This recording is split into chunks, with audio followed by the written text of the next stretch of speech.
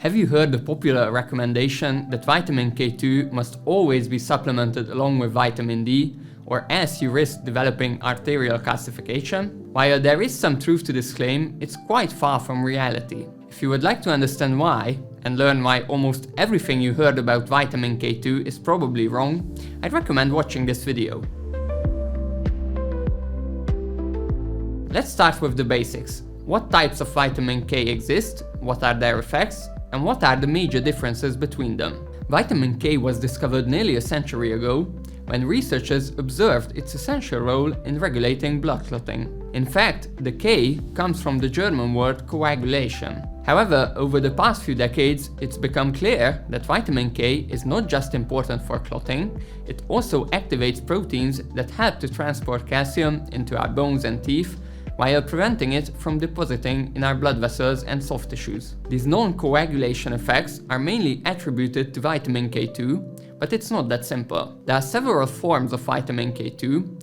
MK4 is the one responsible for most of the beneficial effects, while MK7 and other long-chain menaquinones are useless on their own, but they can also convert into MK4 within the body, similar to vitamin K1. To make things even more complicated, there's also vitamin K3, which is banned for human use due to safety concerns, although it's still used in animal feed. Popular health advice often claims that only a few foods contain enough vitamin K2, so supplementation seems logical. The reality, however, is actually quite the opposite. It turns out that regular meat products contain plenty of vitamin K2, and it is not K2, but vitamin K1 that is typically lacking in our diets. From an evolutionary perspective, and as the famous saying goes, nothing in biology makes sense except in the light of evolution, it seems very unlikely that humans would need K2-rich foods such as natto or factory-farmed animal products to avoid arterial calcification. Our ancestors didn't eat natto or meat from animals fed synthetic vitamin K3, yet somehow they still managed to obtain enough K2. The explanation is actually very simple. The much cheaper and widely available vitamin K1 can convert to the crucial MK4 form of K2. MK4 is the only form of vitamin K2 that our body can directly utilize. The other forms of K2 can only become biologically useful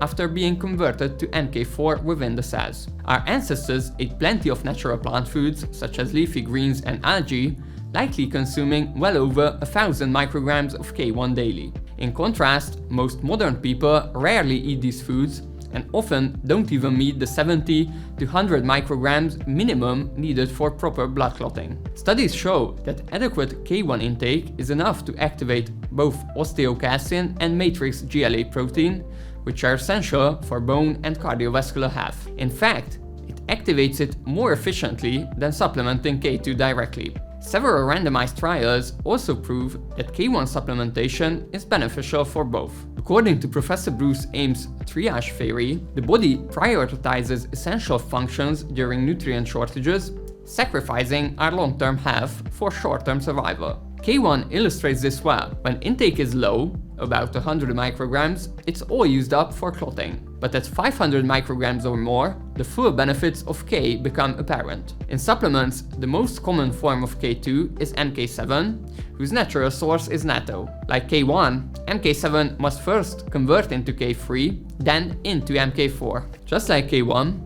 MK7 must first convert into K3, then into MK4. MK4 itself is also found in animal products, but in animals raised naturally, the amounts are so tiny that even with a very meat-heavy diet, the intake only reaches a fraction, about 1/10 or 1/100th of the effective dose. To date, no human studies have confirmed any clear benefits from such dietary levels, and as a supplement, MK4 has only been shown to be effective at very high doses, which are extremely expensive. The main issue with supplementing K2 is that most people already get a lot of long-chain menaquinones, similar to MK7, from industrial animal products. This can skew the natural ratio of vitamin K1 and K2 in our tissues.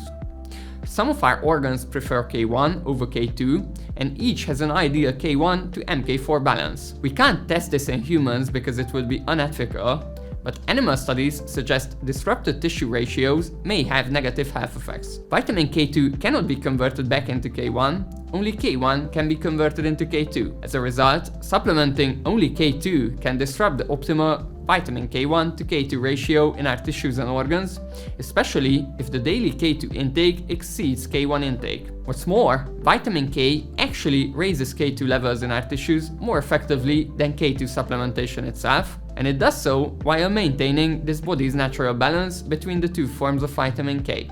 So is vitamin K2 supplementation really essential when taking vitamin D3, as so many people claim? Let's address the most extreme claim first. Without vitamin K2, vitamin D causes arterial calcification. Numerous clinical trials have investigated vitamin D3 supplementation, and in nearly all of them, they have taken it without vitamin K2. Yet none showed increased arterial calcification or cardiovascular risk, while vitamin D deficiency is clearly associated with both of them. One randomized controlled trial specifically measured peripheral artery calcification with various D3 doses, and even 10,000 IUs daily didn't increase calcification over 3 years compared to only 400 IUs. So no, supplementing vitamin D does not increase calcification risk even without K2, and there's no need to worry about this. But should we supplement vitamin K2 at all? Can it really prevent or even reverse calcification? As I have already mentioned, sufficient vitamin K1 intake can also activate MGP, the protein that protects our blood vessels from calcification. Thus K2 isn't strictly necessary for this function. K1 is also effective while also maintaining the proper tissue ratios. Observational studies do show that a higher intake of both vitamin K1 and vitamin K2 correlate with lower cardiovascular risk. However, when it comes to K2, many of these studies only looked at aged cheeses, not processed meat, and people who eat more aged cheeses often have healthier lifestyles overall. The actual difference in K2 intake between the high and low groups was also very small and unlikely to explain such a large difference in risk. Plus, observational data alone can't isolate the effect of vitamin K from the hundreds of other nutrients in whole foods. Moreover, the people believed to have high K2 intake in those studies likely didn't, because at the time, researchers weren't even aware that meat contains far more K2, up to 10 times more than aged cheeses. As a result, all of these observational study findings are fundamentally flawed, and their conclusions should now be considered invalid. Fortunately, we also have randomized controlled trials that directly tested vitamin K2, but the results paint a much worse picture than we might expect based on the K2 advertisements. In a 6-month interventional study, daily supplementation with 100 micrograms of the MK7 version of K2 did not improve any cardiovascular health markers in 80 elderly participants with vascular diseases. In another interventional study, lasting up to 2 years, supplementation with 720 micrograms of K2, again the MK7 version, along with vitamin D, did not reduce aortic calcification scores, nor were there any significant differences in the incidence of heart surgeries, cardiovascular events, or mortality. A similar randomized controlled trial tested the same hypothesis and also found no significant benefit from high-dose K2 MK7 supplementation. Arterial calcification progressed about the same rate in both the K2 and the placebo groups, although a slight trend towards an advantage was observed in the K2 group, which is promising. Unfortunately, there is also a high-quality clinical trial in which 360 micrograms of MK7 actually increased arterial calcification over a 6-month period in diabetic participants compared to placebo. A 2020 review also concluded vitamin K does not consistently prevent the progression of calcification, atherosclerosis, or arterial stiffness. It may provide some benefits in patients who already have significant calcification at the start of treatment. In summary, despite the widespread praise of K2 supplementation and the fear-mongering claims about the risk of not taking it, the highest quality human clinical trials show that K2 is not even reliably effective at slowing down atherosclerosis, let alone reversing it. Now what about vitamin K1, which is often dismissed as only good for blood clotting? Multiple studies actually show it can slow the progression of arterial calcification. In one trial, 2 mg a day of K1, taken for a year, cut the progression in half, even in patients on statins, which inhibit the conversion of K1 to MK4. A 2022 study found that 10 mg a day of K1, taken for 3 months, actually prevented new plaque formation in diabetic patients, using the exact same method as the study where the MK7 version of K2 actually increased calcification. So why does K1 work better? It could be due to its role in maintaining the optimal tissue ratios. These studies also show that most people have some level of vitamin K1 deficiency, since supplementation improves outcomes which wouldn't be possible if they would already have adequate intake. So why is K2 constantly overhyped while K1 is completely overlooked? To put it simply, K2 has better marketing and higher profit margins, so everyone wins except the patient. And remember, calcification is only one part of atherosclerosis. High blood pressure, insulin resistance, smoking, elevated LDL and ApoB levels all significantly contribute to cardiovascular risk through other mechanisms. Calcification is already a late stage of atherosclerosis, and ironically, it's the non-calcified soft plaques that are more dangerous and likely to rupture. So is it worth supplementing K2, or is K1 enough? If your conversion of K1 to MK4 isn't blocked by certain drugs, such as statins, biphosphonates, or warfarin, then K1 alone is sufficient. There's no need to supplement K2 at all.